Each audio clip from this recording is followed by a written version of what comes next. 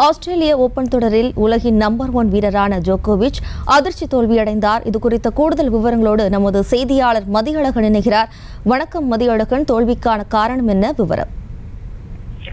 ஆண்டின் முதல் grand slam போட்டியான ஆஸ்திரேலிய open தொடர் தற்பொழுது இறுதிக்கட்டத்தை எட்டியிருக்கிறது.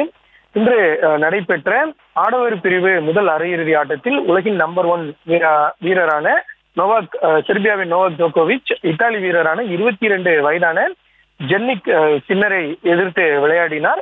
இந்த போட்டியில் 1-6, 2-6, 7-6, 3-6 என்ற செட் கணக்கில் ஜோகோவிச் அதிர்ச்சி தோல்வியை அடைந்திருக்கிறார். ஜோகோவிச்சை பொறுத்த வரைக்கும் நடால், ஃபெடரருக்கு அடுத்தபடியாக டென்னிஸ் களத்தில் ஜோகோவிச் ஆதிக்கம் செலுத்தி வந்தார்.